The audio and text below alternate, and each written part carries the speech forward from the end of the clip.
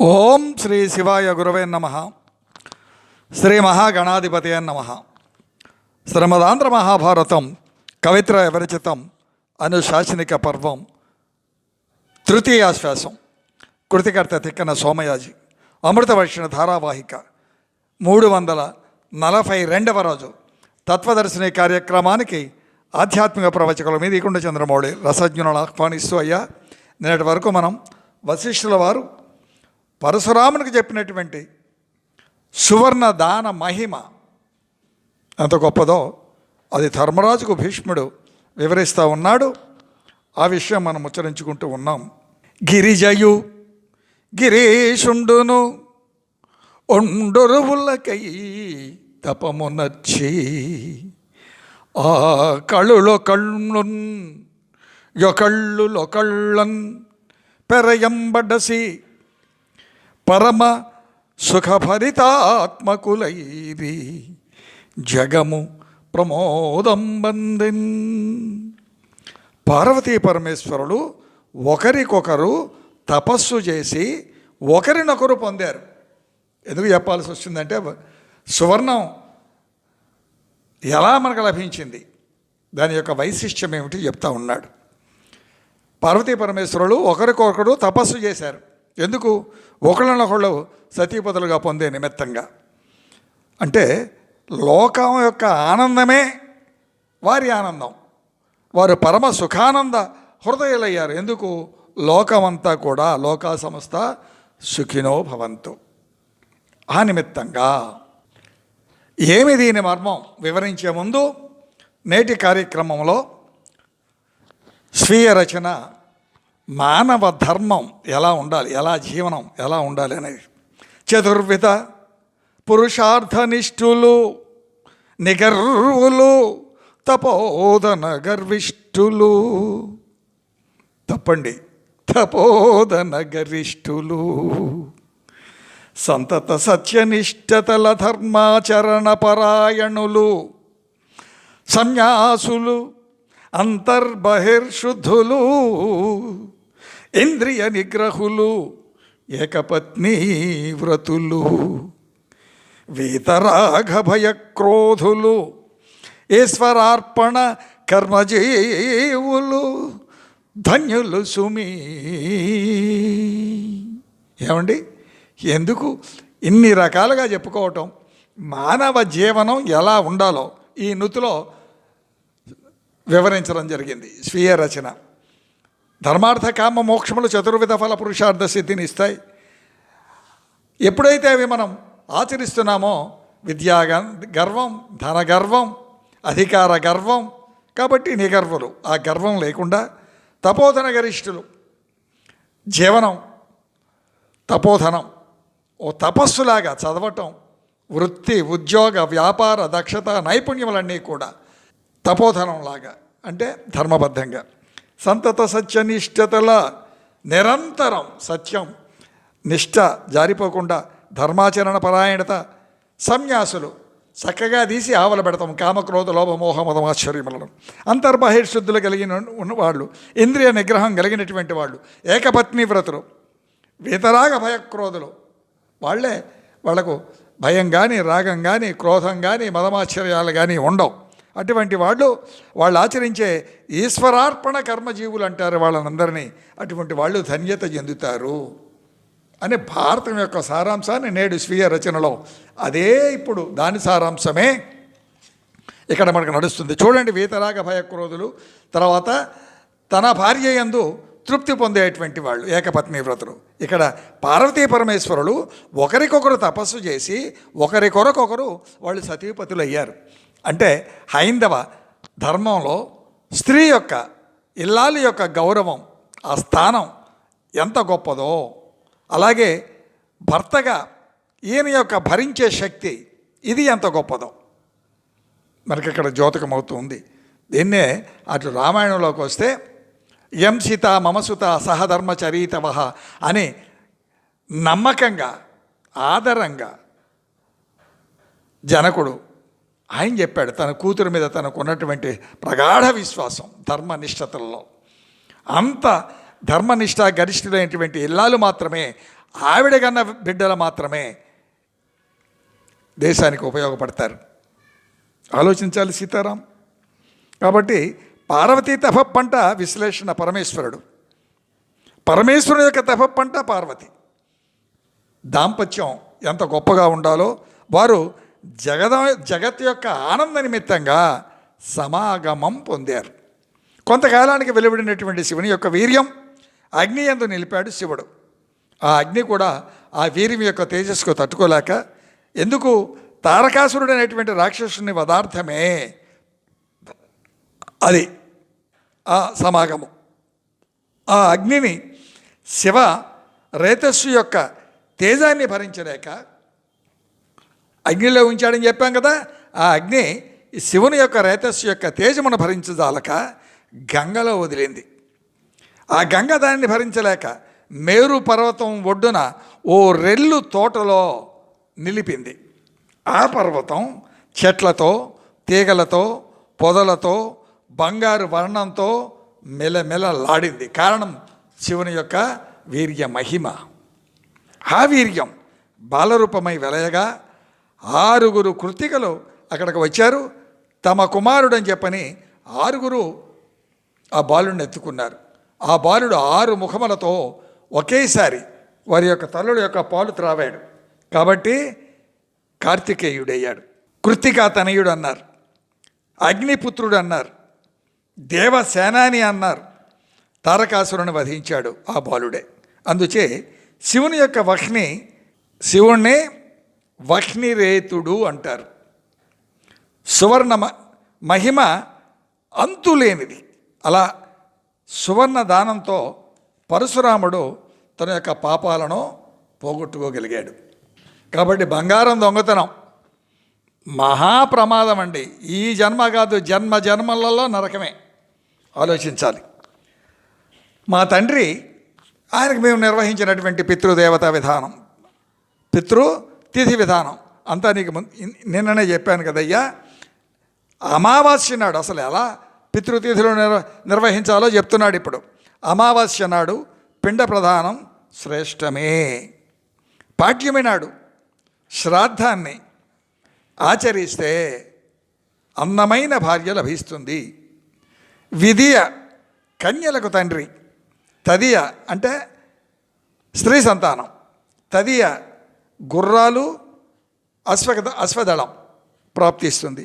చవితి గోధనం, పంచమి పుత్ర సంతానం. పంచమి రోజున పితృతిథి నిర్వహిస్తే షష్ఠి బుద్ధిబలం, సప్తమి రోజున పితృతిథి వ్యవసాయ లాభం, అష్టమి వ్యాపార దృష్టి, దశమి ఒంటి గిట్టల పశు సంపద, ఏకాదశిలో ఆవుల మందల ప్రాప్తి, ద్వాదశిలో లోహ సంపద, త్రయోదశిలో పితృతిథి నిర్వహిస్తే బ్రహ్మతేజం, భాగ్యం, పూర్ణిమ లేదా అమావాస్య అభీష్ట సిద్ధి ప్రాప్తి. ఏ ఏ తిథులలో పితృతిథి వస్తుందో దాని ఫలం ఎంత ప్రగాఢంగా ఉంటుందో ఇక్కడ మనకు ద్యోతకం అవుతుంది. ఇక కృష్ణపక్షం అపరాహ్నం శ్రాద్ధానికి మంచి సమయం. కృష్ణ పాడ్యమి, దశమి, చతుర్దశి మంచివి కావు. నువ్వులు, పాయసం, నెయ్యి, చేపలు, మాంసము శాస్త్ర విధి విధానంగా ఆచరిస్తే ఈ పితృతిథిలో శుభఫలాలు తప్పక కలుగుతాయి. అంటే చాతుర్వర్ణాలు ఉన్నాయి కదా, ఏ వర్ణం వారు వారి యొక్క ఆహార నియమాలను బట్టి ఆ విధంగా ఆచరించాలి. శ్రాద్ధ కర్మలో కృత్తికలో ఆచరిస్తే పగవారు ఉండరు. రోహిణి నక్షత్రం రోజున శ్రాద్ధ కర్మలు ఆచరిస్తే పుత్ర సంతాన ప్రాప్తి.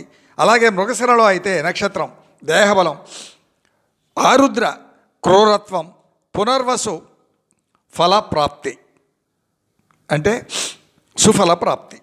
పుష్యమి పుష్యమిస్తుందండి. అశ్లేష శక్తి కలిగినటువంటి కుమారులు లభిస్తారు.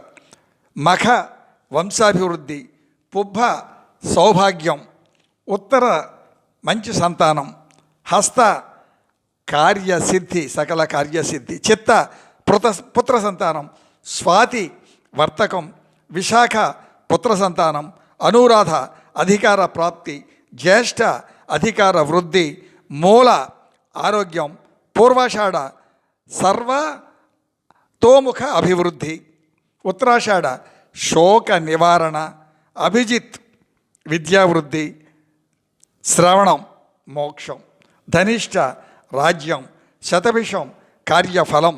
పూర్వాభాద్ర నక్షత్రంలో మేకలు గొర్రెలు వృద్ధి అంటే పశువు ఆలమందల పశువులు, ఉత్తరాభాద్ర గో సంపద, రేవతి లోహ సమృద్ధి, అశ్విని అశ్వబలం, భరణి ఆయువు ప్రాప్తి.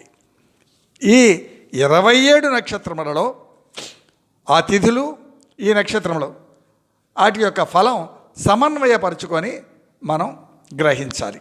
ఆ విధమైనటువంటి ఫలాలు నిర్దేశించబడ్డాయి. శాస్త్ర ప్రామాణికత నిర్దేశిస్తూ ఉన్నది ఈ విధంగా. అలాగే ఆ శ్రాద్ధ తిథులలో ఆచరించేటువంటి ఆ వంటలు ఏవైతే ఉంటాయో నైవేద్యంగా సమర్పిస్తారు కదా, ఆ వంటకాలపై నువ్వులు చల్లితే అవి పవిత్రమవుతాయి. పితృదేవతలతో పాలు పంచుకునేవారు విశ్వదేవతలు. చూడండి, విశ్వదేవతలు వారిలో కూడా ఊష్మపులు వారి పేర్లు బలుడు, ధృతి, విపాష్ముడు, పుణ్యకృత్తు, పావనుడు, పార్షిక్షేముడు, సమూహుడు, దివ్యసానువు, వివస్వంతుడు, వీర్యవంతుడు, హ్రీమంతుడు, కీర్తిమంతుడు, కృతుడు, విద్యుద్వర్చస్సుడు, సోమవర్చస్సుడు, సూర్యశ్రీ, సోమపుడు, సూర్య సావిత్రుడు, దత్తాత్ముడు, పుండరీకుడు, ఉష్ణినాభుడు, నభోదుడు, విశ్వవాయువు, దీప్తి చమూహరుడు, సురేషుడు, వ్యోమారి, శంకరుడు, భవుడు, ఈశుడు, కర్తకృతి, దక్షుడు, భువనుడు, దివ్యకర్మకృత్తు, గణితుడు, పంచవీర్యుడు, ఆదిత్యుడు, రశ్మివంతుడు, సప్తక్రతు, సోమపూర్వుడు, విశ్వక్రత్తు, కవి, అనుగోప్త, సుగోప్త, నప్త, ఈశ్వరుడు, జితాత్ముడు, మునివర్యుడు, మునివీర్యుడు, దీప్తరోముడు, భయంకరుడు, అనుకర్ముడు, ప్రతీతుడు, ప్రదాత, అంశుమంతుడు, శైలభుడు, పరమ క్రోధి, ధీరోష్ణి, భూపతి, స్రజుడు, వజ్రవరి వీరంతా పితృదేవతల యజ్ఞములో పాలు పంచుకుంటారండి. ఈ దేవతా సమూహాలు విశ్వదేవతలు అంటారు. స్మరించినంత మాత్రమున విన్నంత మాత్రమున సకల పాపహరిణి. కాబట్టి ఈ పితృదేవతలు అగ్ని ముందుంచుకుంటారు. అగ్నిని ముందుంచుకొని భోజనాలు గావించి జీర్ణించుకుంటారు. వారితో పాటే ఈ దేవతలు, ఈ దేవతా సమూహం అంతా కూడా పాలు పంచుకుంటుందని చెప్పాం. అయ్యా, విశ్లేషణగా ఏమి మనకి ఇక్కడ అర్థమవుతుంది? అహం వైశ్వానరో భూత్వా ప్రాణినాం దేహమాశ్రితః ప్రాణాపాన సమాయుక్తః పచామ్యన్నం చతుర్విధం. గీతాశాస్త్రం. అహం వైశ్వానరో భూత్వా ప్రాణినాం దేహమాశ్రితః ప్రాణాపాన సమాయుక్తః పచామ్యన్నం చతుర్విధం. పరమాత్మయే అగ్ని రూపంలో, ప్రాణి కోటిలో, వైశ్వానరాగ్ని రూపంలో చతుర్విధ పదార్థాలను జీర్ణం చేస్తూ ఉన్నాడు. ఎవరు? పరమాత్మ. ఆయన ఉంటే శివం, ఆయన లేకపోతే శవం. చాలాసార్లు చెప్పుకున్నాం. అగ్ని అనలుడు. అగ్ని అంటే అనలుడు, అంటే చాలు అననివాడు అగ్ని. అంతే కదా? ఎంతన్నా వేయండి, అగ్నిలో భస్మం అవుతూనే ఉంటుంది. ఎన్ని సంవత్సరాలు తింటూనే ఉన్నాం, అరిగిపోతూనే ఉంది. ఆ పూటకు అది కడుపు నిండినప్పుడు తృప్తి. అన్నం పరబ్రహ్మ స్వరూపం కనుక ఆపై ఉదయం తింటాం, మధ్యాహ్నం తింటాం, సాయంత్రం తింటూనే ఉన్నాం. ఆ విధంగా మనకు తోడ్పాటును అందిస్తూనే ఉన్నాడు. గైలో పిండ ప్రధానం ప్రేతభావం నశిస్తుంది.